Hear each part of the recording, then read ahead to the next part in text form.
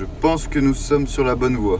Bon, donc là on vient d'arriver sur le terrain de Monsieur Hoquier. J'ai plus qu'à le trouver. Je suis jamais venu ici. Je sais pas si c'est son terrain personnel, mais en fait il y a du monde dessus. Je crois que c'est un centre de formation aussi, donc là on va... Ah, c'est peut-être lui. Je crois que je l'ai vu au loin.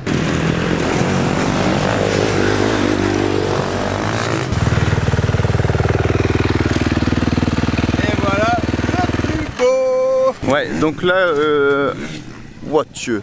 Globalement on est sur leur terrain, donc c'est ici qu'il y a toutes les sessions d'entraînement le samedi, etc. Enfin le samedi c'est ici, et après le mercredi apparemment David Hoquier il fait aussi tout ce qui est stage, mais cette fois sur des terrains à l'extérieur. Donc par exemple à partir de septembre, le mercredi il sera sûrement à Loun. Donc là on va essayer de filmer quelques plans, et puis après j'essaierai de choper Jérémy pour sa petite interview.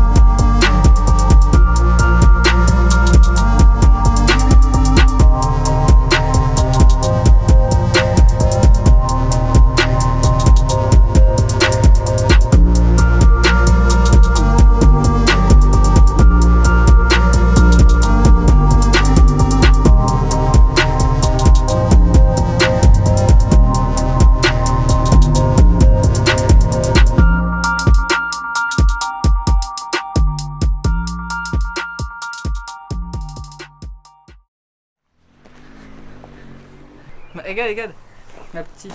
Ah c'est ta table... Ma petite culture d'herbe. Voilà, je l'ai vu dans les questions, hein, comment performer dans le sable et tout, bah on a la réponse. Hein. Petite culture. Yeah, you know track is really good. Bon les gars, donc on est en compagnie de Jérémy Hoquier, donc un grand merci à vous déjà d'avoir participé et d'avoir posé des questions, parce qu'il y en a eu beaucoup, et franchement il y en a eu des pertinentes. Alors déjà, question très simple mais qui me paraît élémentaire, Jérémy Hoquier de Briche-Simon, qui es-tu? À savoir aussi que Jérémy il est pas du tout au courant des questions, enfin je vais pas montrer ni rien, donc il a pas eu le temps de se préparer, c'est que du direct live. Je m'appelle Jérémy Hoquier, j'ai 20 ans, je suis pilote de motocross, et plus précisément, je suis plus spécifique des courses sur sable. Je suis suivi par KTM Red Bull cette saison, et je pense que pour être bref, c'est les grandes lignes. C'est déjà pas mal, hein, parce qu'il y a pas mal de questions, après on rentre plus dans le détail. Alors question de Enzo.Seno, à quel âge t'as commencé la moto? Alors ça c'est une question pas facile, parce que forcément tout petit j'étais déjà sur la moto, dès que je suis né j'étais posé sur une moto, mais j'ai réellement commencé à en faire un petit peu vers 5 ans, et puis après j'ai arrêté pour faire du quad pendant 1 an. Après j'ai repris la moto à 7 ans et j'ai arrêté encore pour faire 1 an de foot. Et après j'ai... une petite pause de cross, et après j'ai repris à 9 ans, où là j'ai réellement commencé à faire beaucoup plus de compétitions. Vers 13 ans j'ai commencé assez tard à faire des compétitions nationales. J'ai commencé vers 13 ans, et voilà, depuis j'ai plusieurs titres de champion de France, plusieurs titres de vice-champion, et voilà. Ouais, donc on va dire, en gros, t'es pas non plus le profil type du gosse qui a commencé à 5 ans et qui s'est jamais arrêté et qui a fait ça depuis qui est tout chaud, quoi. Ce qu'il y a, c'est que quand j'étais petit, j'étais pas réellement passionné par ça. Enfin, j'en faisais un petit peu de moto et de quad, mais vraiment du simple plaisir. Je faisais vraiment aucune compétition. D'ailleurs, c'est quand j'ai commencé la compétition que j'ai arrêté tout de suite après. Dégoûté. Et non, après j'ai fait du foot et je me suis rendu compte que la moto, enfin je me faisais beaucoup plus plaisir en faisant de la moto qu'en faisant du foot, donc je suis revenu à la moto. Et puis après voilà, le fait que je me fasse réellement plaisir, c'est là où j'ai réellement augmenté mon niveau, parce que en étant petit j'avais déjà les bases que mon père me donnait, donc j'avais une bonne technique, mais C'est génétique ça. Ouais, je pense un petit peu, et puis aussi le fait d'être encadré directement par les bonnes personnes. Ok, ça roule. Jules Géoff qui demande pourquoi rouler sur KTM. Moi, je suis sur KTM depuis la 125. C'est une moto que dès que je l'ai prise, j'ai assez aimé. Après, voilà, ça sert à rien de changer de marque toutes les... Merde. T'as niqué l'interview. C'est pas grave, je coupe, de toute façon, c'est pas du... C'est non, pas grave. T'inquiète. Excuse-moi, T'as un marqueur? Donc Jérémy est poursuivi par ses fans pour faire des signatures aussi. Bon, du coup, je sais plus ce que je disais, moi. Bah, on reprend depuis le début, non? Oh non. Alors, Interview. là, on va la mettre... Deuxième partie. Ouais, exactement. Action. Enfin bref, c'est parti. Donc Jérémy, question de Jules Géoff, pourquoi rouler sur KTM? Bah moi, je roule sur le KTM depuis que je suis en 125. C'est une moto que dès que j'ai prise, j'ai vraiment bien aimé, notamment la 2,5 qui avait, contrairement à la Yam, moins de frein moteur. Et donc c'est une moto que j'ai vraiment appréciée, surtout plus fine. Et voilà, après, en fonction des années, j'ai réussi à avoir un contrat directement avec KTM Autriche. Pour l'instant, j'ai pas besoin d'aller voir ailleurs, vu que, c'est vu ça. que Après, ça se passe bien avec KTM. La moto me va bien. J'ai un bon contrat avec KTM, donc... Ouais, c'est ça. Ça dépend des contrats que t'as et puis des opportunités aussi, quoi. Et puis KTM... Bon, après, de toute façon, je pense que toutes les concessions, globalement, c'est des bonnes motos maintenant. Mais Jérémy est bien sûr KTM. Il y a VG-Timéo qui demande, donc combien d'années tu fais de la moto? Donc ça, on a répondu tout à l'heure. Mais quelles étaient tes plus grosses blessures? En motocross, j'ai pas eu énormément de blessures. Première grosse, ça a été... je me suis mis long sur un saut et je me suis fracturé une malléole sur une cheville, et l'autre cheville j'avais une grosse entorse. Là, gros problème. Ouais. Et après j'ai repris, ça allait super bien, et je me suis blessé au genou, le LCA. Ah bah comme moi, ligament croisé antérieur. Voilà. Ouais, ça c'est lourd. Voilà, c'était ma dernière grosse blessure jusqu'à 2 semaines avant le Touquet, la clavicule. La clavicule, ouais. Sinon voilà, jamais de grosses blessures, que des petites casses. Ouais, genre blessure, mais pas de séquelles, quoi, heureusement. Question de Clem Coupé. Est-ce que c'est pas trop dur d'avoir la pression de ce nom de famille? C'est compliqué à dire, parce que ça a été un avantage comme une pression en plus. Donc au final, ce que j'ai gagné un petit peu grâce au nom, je l'ai perdu via la pression. Donc je pense qu'au final, ça change rien, je pense. Ouais, et puis finalement, t'es né avec ce nom, donc tu te rends pas forcément compte, quoi. T'as pas vécu avec un nom différent, donc tu peux pas trop dire t'as vécu avec. Je pense que ça reste difficile. Ça met un peu plus de pression au niveau surtout du Touquet. Et notamment, quand j'ai gagné en junior, c'était en 2017. Ouais. Donc juste avant de faire la course, j'étais déjà champion de France junior, et le Touquet, mon père l'a gagné en 97, donc ça faisait 20 ans après mon père. Donc à chaque fois, avant la course, tout le monde me disait ouais, ton père il a gagné il y a 20 ans, c'est un signe, tu peux gagner et tout, et ça mettait une petite pression, mais aussi une grosse envie en plus de le faire, parce que ça marque un petit peu l'histoire, quoi. Mon père a gagné le vrai Touquet en 97, moi qui l'ai gagné en junior en 2017, c'était quand même pas mal. J'espère que tu gagneras pas le Touquet dans 20 ans. On va pas réattendre les 20 ans, mais on te le souhaite. En 2027. En 2027, ouais. Question de Alboui.21. Alors je lui demanderai pourquoi il a choisi le sable mais pas la terre. J'ai envie de dire, c'est pas moi qui ai choisi, c'est le sable qui m'a choisi. Ouais, ça se fait par affinité en fait avec le sable. En fait, au début, depuis tout petit, je roule beaucoup dans le sable. Forcément, mon père faisait beaucoup. On est du Nord, c'est le sable. Hein. Quand il pleut, t'es obligé. Bah ouais. Et non, mais je roulais beaucoup dans le sable. Au début, il n'y avait pas de championnat pour le sable, que ce soit en 85 ou quoi. Du coup, c'est ça qui a été un petit peu compliqué. Donc, je faisais beaucoup de championnats de terre. Ouais, bien sûr. Après, voilà, j'ai fait le cadet, tout ça. Après, quand il y a eu les 2 championnats en même temps, cette année-là, j'ai fait champion de France sable 85. J'ai fait vice-champion de France terre à 3 points du premier, Brian Moreau. On a été en bagarre toute la saison. C'est pour ça aussi que ça me faisait plaisir de voir un mec comme lui partir aux US. Oui. parce que je me dis, Ouais, bah voilà, c'est beau. j'ai bagarré avec. C'était vraiment super de voir un mec avec qui on a bagarré tout un championnat partir aux US. Ouais, c'est ou ouf. même cette année-là, il y avait encore Tom Vial qui finit 3 du championnat, qui est actuellement Qui est maintenant, en tête du championnat du monde. Ouais. Mes années 85, c'était vraiment super. Après, ce que j'ai eu comme moi, perso, gros problème, c'est que j'ai chopé une maladie. Donc l'infection, en Ouais, fait, elle me pompait tout mon jus au début. Et en fait, la première infection que j'ai eue, je l'ai traînée pendant je ne Tu sais l'as pas fait combien jeune, de temps alors parce que après mon titre junior en 2017 T'avais en quel âge sable, 17 ans. Ouais, c'est ça, c'est à l'adolescence. Ouais. Enfin, Et... même ouais, mais j'ai que 20 ans, c'était il y a pas plus. longtemps. Ouais, c'est vrai. Et non, mais en fait, c'est quand je me suis blessé au genou qu'on a vu un médecin parce que j'avais un bouton un peu bizarre. Et de là, je me suis fait opérer. J'ai eu 12 points de suture Putain. pour une infection. Et en fait, je la traînais depuis un bon moment. C'est ouf. Et tu le sentais pas? Et je l'ai senti surtout après, Ah en ouais. fait, après ma saison sable. Donc la saison sable, j'étais vraiment dans le rythme et tout, physiquement, j'étais au top. Et après, je suis arrivé, donc là, c'était championnat de France junior. Donc on revenait en 125 pour faire le junior, parce que junior sur la terre, c'est jusque 17 ans, t'es en junior 125. Et je suis arrivé à la première course, je voyais pas le jour, j'étais toujours fatigué. Les départs, forcément, quand t'es un peu fatigué, les départs, Bah, tu c'est rates. Là, c'était vraiment un Sale- moment de sale gros période. doute et tout. Et c'est là où je pense que j'ai raté un petit peu Le coche, entre guillemets. le step. Et donc, je pense que ça, tu vois, c'est ça qui m'a un peu éloigné de la terre. Ouais. Depuis, quand même, j'ai eu 3 opérations. La première, c'est 12 points de suture. Mhm. La deuxième et la troisième, 10. Faut savoir que la maladie, ça te fatigue. Après, il faut le temps que tu te rendes compte que, en fait, au début, ça se fait à l'intérieur et d'un seul coup, tu Ça vas ressort. avoir un... Mais il y en a beaucoup, hein, je crois qu'ils l'ont, mais c'est Ouais, pas... je sais pas, c'est beaucoup dans le cyclisme. c'est pas lié au sport finalement. Ça se développe beaucoup plus à Ah ouais. cause du sport.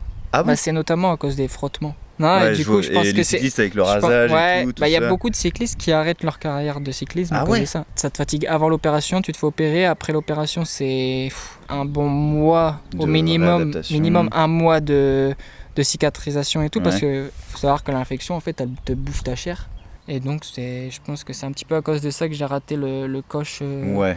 C'est ça qui a fait qu'aujourd'hui t'es... Enfin, ça s'est dessiné vers le sable, quoi. Ouais, Mais voilà. bon, après, est-ce que t'as des regrets? Enfin, Forcément, je regrette un petit peu. Après, voilà, je me dis que c'est pas C'est pas ton forcément de choix ma aussi. faute. bah voilà. ouais, c'est ça. Mais après, voilà, je faisais beaucoup plus de sable forcément parce que j'ai chopé mes infections pendant la saison terre. Après, ça s'est fait avec KTM et Red Bull pour faire le championnat de France sable et notamment, surtout, ils sont concentrés sur le Touquet. Donc, Ouais. Qui est là, donc voilà, je suis resté en sable plus spécifiquement, mais sinon, après, moi, j'aime bien les deux. Et la question suivante qui découle un petit peu. Pablo-MBT qui demande: tu préfères le sable ou la terre? Mais t'aimes les deux. Tu viens Ouais, de dire que t'aimais les deux. j'aime bien les deux. Le sable, forcément, j'ai plus d'aisance, on va dire. Ouais, J'ai plus de forcément. facilité à rouler, de pratique. à rouler vraiment vite. Voilà, avant ma fracture de clavicule, j'étais 4e du championnat. À l'entraînement, j'avais montré beaucoup de bonnes choses. Il y avait certains entraînements à Loon où je suis aussi rapide que Van Orbeek, voire des fois un peu plus. Des gars du GP, alors des gars du... Que Camille Chapelière, j'étais pareil aussi. Quand je me suis blessé d'ailleurs, je faisais une manche, lui il était dans les mêmes temps que moi. Malheureusement, il y a eu la blessure qui est venue gâcher. Ouais, mais c'est partie remise. Et c'est ma faute parce que je suis tombé tout seul, donc après je peux m'en vouloir que à moi. Les erreurs, ça arrive, hein. Ouais, forcément, après la vitesse où ça va, ça arrive c'est très clair. vite. Dans la terre, j'aime bien aussi. Je suis plus fort maintenant dans le sable, mais la terre, ça reste beaucoup de plaisir. J'aime bien faire des whips, wheeling, stop-it, tous les trucs dans le genre. Donc, les copains qui s'en vont. Faites pas gaffe.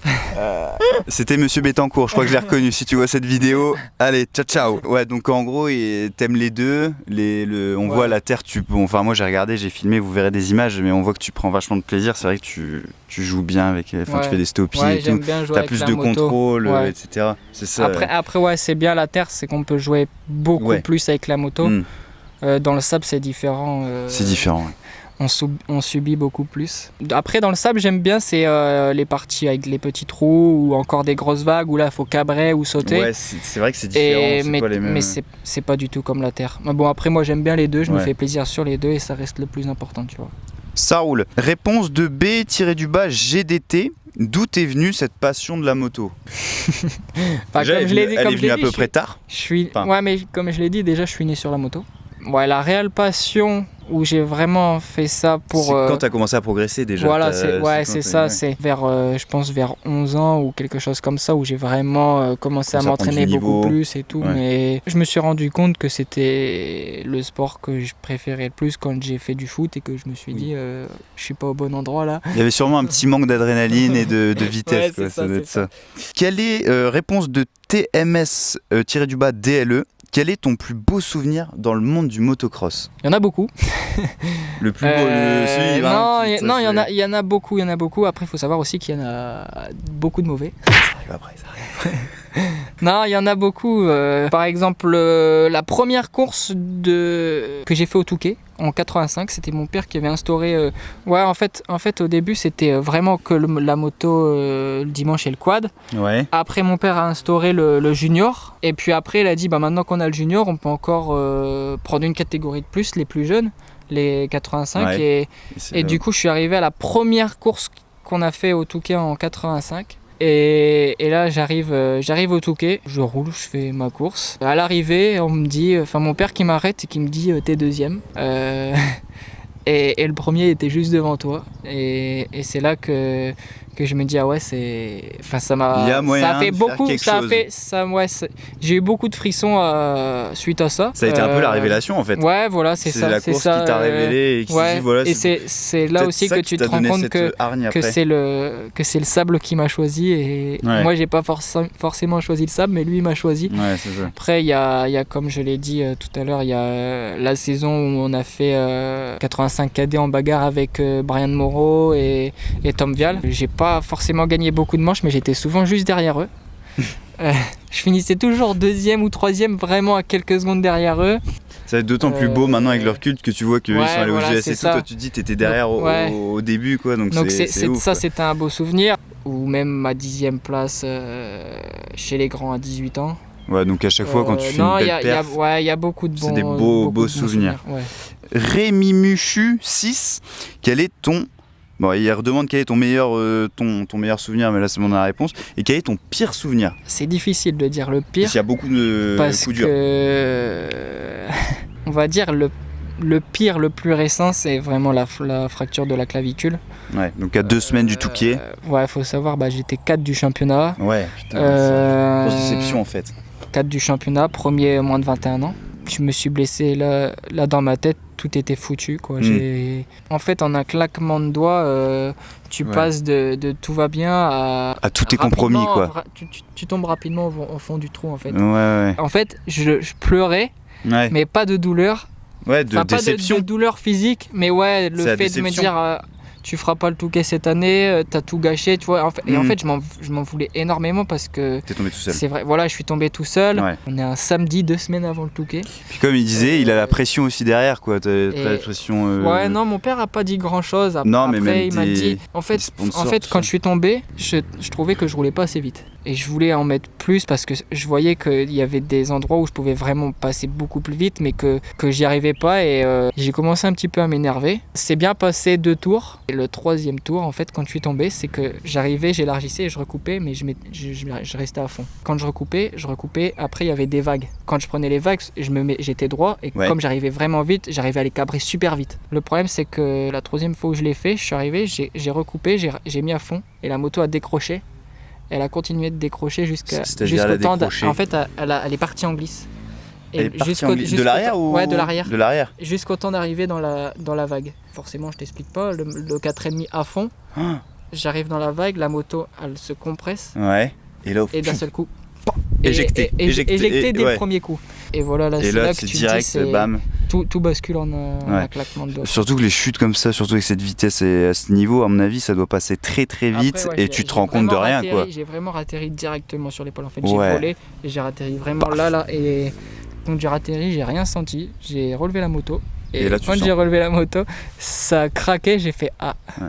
Réponse de Max-FDV. Dans 5 ans, où se voit-il? Championnat de France, sable, championnat du monde, US. Enfin, c'est à chaque fois un point d'interrogation, tu vois. Déjà, les Moi, je US, suis tout droit dans 5 ans. je pense qu'on oublie. Mhm. C'était forcément un rêve de gosse, je pense qu'un peu tout le monde en rêve. Mais voilà, j'ai loupé un peu le coche et surtout quand j'étais petit, je voulais faire du supercross, mais jamais eu réellement l'occasion d'en faire. Après, il faut savoir Surtout en France. Aux US, le Le championnat plus populaire. principal, on va dire, ouais, C'est du vraiment supercross. populaire, c'est le supercross. Ouais, et après le Et motocross. seulement après, c'est le motocross. Ouais, donc, ouais. donc si t'es pas top en supercross, pour ta carrière aux US, tu peux oublier. C'est mort, quoi. Faut que tu sois vraiment Ouais. top premier, quoi. Le mondial, pourquoi pas pour plus tard faire encore, comme je l'ai fait l'année dernière, quelques épreuves comme ça, surtout les épreuves de sable, maintenant que je suis un peu plus spécialisé dans le sable. Surtout faire des épreuves de sable, pourquoi pas, c'est des choses qui me plaisent, c'est toujours des expériences. Mais voilà, là pour l'instant, je me consacre réellement au sable et après sur la saison, l'année prochaine, on verra comment je suis. Enfin, faut pas de problème de santé, faut pas de blessure, tout ça. Ouais, c'est ça. Et seulement après, je pourrais voir pour faire un peu quelques grands prix. Après, comme on dit, il est jamais trop tard. Oui, mais voilà, je vais être réaliste. Pour l'instant, avec tous les problèmes que j'ai eu, j'ai plus assez le niveau pour faire des championnats relevés comme ça, hormis les courses de sable où j'arrive quand même à être un peu mieux dans le classement. Mais sinon, le championnat du monde, je pense que ça reste quelque chose de compliqué aussi. Après, championnat de France, forcément, championnat de France, c'est dédié plus sur le sable aussi. Après, le Touquet, c'est vraiment une course, c'est vraiment la course la plus connue de France, je pense, niveau motocross. Même internationalement, c'est connu aussi. Niveau motocross sur le territoire français. Non, mais le motocross, que ce soit championnat sable ou terre, je pense que c'est la course la plus connue. Après, tu vois, niveau mondial, forcément, le mondial, c'est un peu plus connu que le Touquet. Bien que maintenant, le Touquet, ça commence vraiment à être une course commence à prendre de l'ampleur, qui prend de l'ampleur, mais qui plaît de plus en plus. On voit de plus en plus de gens autour du championnat de France des sables, quoi. Tu regardes le classement de cette année, il y a beaucoup d'étrangers et surtout beaucoup d'étrangers qui ont fait des bons résultats en GP. Et Jérémy Van Aerbeek, tout ça. Que ce soit Watson, Jentel Martens. Après, cette année, il y a eu Todd Kellett, Milko. Mais voilà, il faut savoir que le championnat de sable, et notamment le Touquet, c'est vraiment une course qui prend de l'ampleur. Ouais. Donc, se consacrer déjà sur ça pour faire un bon résultat sur ça, c'est déjà pas mal. Ouais, c'est déjà un bel objectif. Réponse de RB-MX235. Coucou Jérémy, quelle est ta plus grande fierté à l'heure actuelle concernant la moto? C'est un peu lié aux victoires, ce qu'on disait tout à l'heure, tes plus beaux souvenirs. Mais une fierté, est-ce que tu as une fierté aujourd'hui? Tu te dis être fier de quelque chose? Fier d'avoir bagarré avec des mecs qui se retrouvent maintenant bien placés, que ce soit Tom Vial en championnat du monde qui est en tête de l'MX2, ou encore Brian Moreau qui était parti aux US. Après, c'est pour ça que j'étais énormément déçu, même si on a été un petit peu... En concurrence. Concurrence, donc on s'appréciait pas énormément, que ce soit du côté de Tom Vial ou de Brian Moreau. Il y a des grosses rivalités en fait, c'est marrant. Après ça fait partie du sport. On peut pas forcément être ami avec. Ce serait un peu être faux cul. Tu vois, tu peux pas être ami. Nous, on peut être amis par exemple, parce qu'on n'a pas de. Non, mais tu peux pas être ami avec quelqu'un que tu as vraiment envie de battre et que tu ferais tout pour le battre. Comme dans un ring en fait. C'est comme dans un ring de boxe, tu peux pas trop.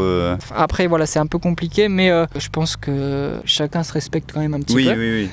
Quand j'ai vu que Brian s'était blessé gravement et notamment s'était paralysé, tout de suite ça m'a fait un petit quelque chose, parce que c'est dire qu'un mec qu'on a bagarré avec, qui était parti faire aux US, tu vois, c'était vraiment quelque chose, j'en ai été fier, tu vois, ça me faisait plaisir de voir un mec avec qui j'avais bagarré. J'aurais bien aimé voir ce qu'il donnait. Malheureusement il s'est paralysé, donc c'est pour ça que ça m'a un petit peu choqué, donc j'avais fait tout de suite un post sur Insta pour le soutenir. Donc je disais, on a eu beaucoup de rivalités, mais c'est la rivalité qui te fait grandir. Donc la rivalité, c'était vraiment une chose importante, et c'est pour ça que ça m'a un petit peu choqué. Donc. Il a réagi à ton post? Tu sais s'il l'a vu ou pas? Il m'a remercié, tout ça. Après, j'attendais pas forcément de réponse, parce que je sais que ça doit pas être facile, que ce soit psychologiquement ou quoi. Donc tu vis ton rêve. Donc il faut savoir que c'est quand même le rêve le plus gros. C'est du boulot en plus. Le plus gros pour les crossmen, C'est le Graal en fait. Ouais, on va dire c'est le Graal, et d'y être et de se retrouver au fond du trou comme ça d'un seul coup en un claquement de doigts aussi, parce que c'est pareil, ça s'est passé très très vite. Enfin, après j'espérais qu'il le voit pour lui booster un peu le moral et voir qu'il n'était pas forcément tout seul dans ce qui lui arrivait et qu'on le soutenait quand même, mais je suis sûr qu'il a beaucoup de soutien, enfin je l'espère en tout cas. Oui, je pense. Après on verra ce que ça donne, mais voilà, c'est un événement qui m'a marqué. On sait que c'est un sport très très... Ouais, c'est ça. C'est un sport dangereux quand tu t'y mets. C'est vraiment dangereux. Et donc voilà, après c'est comme ça. On pense bien à Brian Moreau. Question de PRDS-du-bas Jules. Tu as fait quoi pendant le confinement? J'en ai profité un peu pour me requinquer un peu physiquement, notamment sur les épaules, parce que j'étais à plat. Tu vas revenir en force là pour le CFS. Ça n'a pas été forcément mauvais pour moi le confinement. Donc non, moi j'ai fait beaucoup de sport, j'ai pas fait de muscu. Beaucoup de cardio, mais tout ce qui... Bon, il y aura des questions sur le physique. Tout ce qui est pompe, traction. Je travaille énormément en fait avec le poids du corps. Après, par exemple, il y a des tractions que je vais faire où je vais faire un mouvement vif, ou même les pompes où je vais faire un mouvement vraiment vif. Il y a aussi des moments où je vais faire des mouvements beaucoup plus lents. Ça développe différemment le muscle et c'est le fait de explosivité, de tout faire. ça. Voilà, c'est le fait de tout faire qui est bien, parce qu'après, surtout en motocross, on a besoin de tout. On a besoin de force et on a aussi besoin d'explosivité. Il y a eu beaucoup de questions sur ta prépa physique et tout, donc ça, il y aura des questions juste après. Il y a Jules Gatt 1 qui demande quels sont tes futurs objectifs. On en a parlé un petit peu tout à l'heure. Le petit Joulot. Ah bah ouais, tu connais. Je pense qu'il se souvient un petit peu des branlées que je lui ai mis à la place. Que ce soit sur un jeu de cross ou autre. Ouais, c'est un petit en 85 qui fait de la moto depuis pas énormément de temps. C'est le team Daytona. Ouais. Le team Daytona, ouais. Non, mes futurs objectifs. Championnat de France des sables, surtout pour le moment. En fait, cette année, ce qui est dommage, c'est que, alors malgré ma blessure à la clavicule, j'ai fait le Touquet et j'ai failli le finir. Et il faut savoir que si je le finissais, je faisais quand même 4ème du championnat. Enfin, je finissais. Peu importe le classement. Je finissais 13ème. J'étais 13ème quand j'ai cassé. Ouais, ok. Donc si tu avais maintenu le niveau jusque. Donc il restait un tour à faire. Donc c'était pas forcément si compliqué. Il faut savoir que du coup, je faisais 4ème du championnat. Donc derrière des gros bras et premier moins de 21 ans. Et voilà, c'était un titre, tout ça, donc un peu déçu, mais là cette année, mon objectif, c'est clairement premier moins de 21 ans. Je veux pas forcément me focaliser là-dessus, parce que ce serait pas voir les choses en grand. J'ai envie de me rapprocher le plus possible des 3 premiers en course. Après voilà, c'est mes problèmes avant le championnat. Forcément mes problèmes de santé qui m'ont encore un peu emmerdé. Il faut savoir que j'ai été sous antibio toute la saison. Forcément, ça shoot. Qui dit antibio dit... T'es pas au top. Ouais, bien sûr. Donc ça serait se rapprocher de quelqu'un comme Watson. Après voilà, je dis me rapprocher parce que là à l'heure actuelle dire que je voudrais les battre, ce serait un petit peu prétentieux, tu vois. Même si au fond c'est quand même mon envie, tu vois. Oui, bien sûr. Après voilà, je suis compétiteur, c'est mon envie au fond. Il faut que tu aies le mindset qui suive. Mais et voilà, après l'envie y est, si tout y est, il y aura plus que moi à faire ce qu'il faut pendant la course, mais voilà, l'objectif c'est ça. Voilà. Donc pas d'arrogance, mais des objectifs quand même bien fixés, quoi. Question suivante de Adrien-du-bas TMS. As-tu déjà pensé à abandonner la moto? Petit, je l'ai fait, j'y suis rapidement revenu. Oui, donc quand tu as fait foot moto. Je me dis pourquoi j'aurais envie d'arrêter maintenant pour y revenir l'année prochaine. Après voilà, c'est pas une chose que j'y pense, hormis quand j'ai eu mes problèmes de santé, là faut savoir que forcément tu penses. C'est comme tout sportif, dès qu'il y a quelque chose qui en fait quand on est bien et qu'on est en haut quand on est en haut déjà faut monter. Oui. Quand on est en haut, faut savoir jamais tout en haut en fait. Ouais, mais il faut savoir surtout aussi rester en haut. Ouais, c'est ça, ouais. Et il faut savoir que quand tu es sportif, tu galères à monter, mais pour redescendre, c'est très facile. Ouais. En fait, mieux t'es mentalement, plus tu bosses, mieux t'es mentalement. Et tu vois, ça fait que... C'est une cascade. Tu vois. Dès qu'il y a un truc qui vient se mettre dedans, tout s'effondre un peu. Ouais, après ça dépend quoi comme truc. Tu vois, une clavicule cassée, ça te stoppe. C'est pas mais trop grave. c'est pas ce qui te fait retomber en bas. Ça te fait redescendre, tu vois, un peu, mais c'est pas ce qui te fait retomber en bas. Ce qui m'a fait retomber un peu en bas à certains moments, c'est mes opérations à cause de ma maladie. Non, mais à part ça, tu vois, j'ai pas de truc qui me dit Ouais, faut absolument que tu reviennes entier ou quoi. Enfin, je veux dire, après, tu vois, quand t'as une vie de famille, je pense que c'est différent. Quand T'as plus de blocage peut-être. des Oui, enfants, oui, bien sûr. je pense qu'à des moments là, c'est ce que je pense. Après, je verrai bien peut-être un jour. Bah, je te le souhaite quand même. Non, mais je pense Tu peux pas rester plus haut de ta vie. je pense que l'envie d'arrêter la moto peut arriver plus facilement. Ah bah oui, Après, ouais, c'est clair. T'es plus de t'es moins inconscient, moins moins fougueux, t'as des responsabilités. À 20 ans, la question se pose pas, quoi. Ouais. Ok, ça roule. Question de J Durindel 20. Quelle a été ta première moto? C'était une petite Honda, je ne sais plus c'est quoi. Et c'était à l'époque mon parrain qui avait mis des roulettes dessus. Parce que j'avais peur d'en faire. Il m'a mis des roulettes. Non, j'avais des roulettes pour commencer la moto. Comme le vélo. Il y en a qui commencent le vélo, d'autres qui commencent la moto. Après j'ai eu une TTR 50. Réponse de Hugo Lmy. Quelle est la différence entre un pilote officiel et un pilote support? Alors ça, ouais, ça m'intéresse parce que j'en ai aucune idée, moi. La signature au contrat. C'est différent, forcément. Ça veut dire quoi, ça, la signature au contrat? Les données du contrat? Ouais, y a beaucoup de choses qui diffèrent quand même. Après, moi personnellement, au niveau de l'image, ouais. Moi j'ai été support. Parce qu'il y avait déjà Watson et Chapelière qui étaient dessus. Mais support, c'est quoi alors? Tu dois avoir moins, t'as peut-être moins d'avantages, etc. T'as beaucoup moins d'avantages. Par exemple, je pense que officiel, tu peux avoir de l'argent à la signature. Support. C'est en fonction du résultat, par exemple. Pas.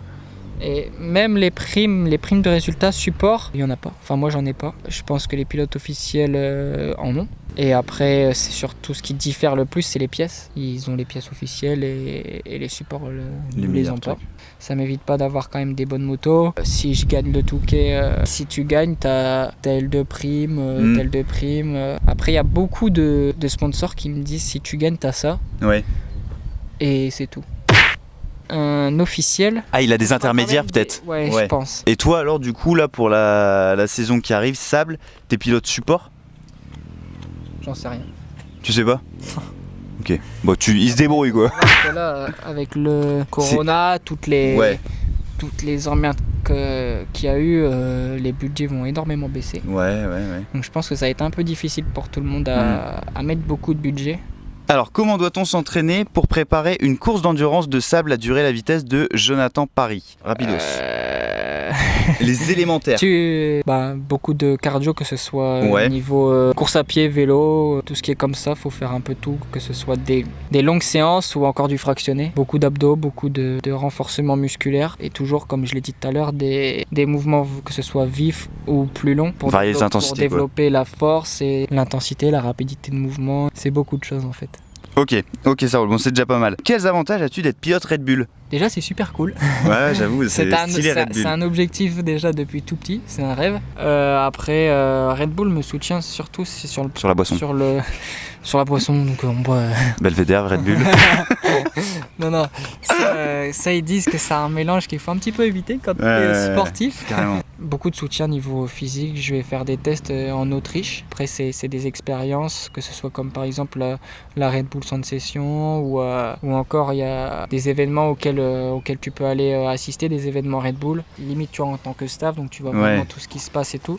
Sur Red Bull, ils sont hyper présents. C'est vraiment top. Après, t'as les canettes. Red Bull, de temps en temps, c'est top aussi. Ok, ça roule. Alors, à quel point il faut être fou pour faire 3 heures de course 2 semaines après s'être cassé la clavicule de la bâche 40? Elle m'a fait rire celle-là. Très très fou, au point culminant. Non, faut pas être fou, faut être déçu. Faut être déçu, et en même temps avoir l'envie de pas se laisser abattre. Ouais, voilà, en fait, il y a beaucoup de personnes qui parlaient sur mon dos et le fait de faire ça, le fait de le faire à chaque fois, ça fait taire les gens qui parlaient. Qui croient pas forcément en toi. Tu vois, leur répondre, s'ils te le disent en face, leur répondre, ça ne servira à rien, mais leur montrer, tu vois. Leur prouver qu'ils avaient tort. Les actes ont plus de valeur que les paroles. Ouais, bien sûr. Donc, j'étais énormément déçu. Et je pense, contrairement à tout ce que tout le monde peut penser, quand je suis tombé, pour moi la saison, le Touquet c'était mort. Donc en fait c'est Marc Darcourt qui va me récupérer quand je tombe. De là je vais à l'hôpital et à la sortie de l'hôpital, Marc me reprend et me dit on va aller chez le docteur Petrov. Oui, qui est connu dans le milieu lui je crois. Qui habitait à 10-15 minutes du... T'as dérangé tout le truc là.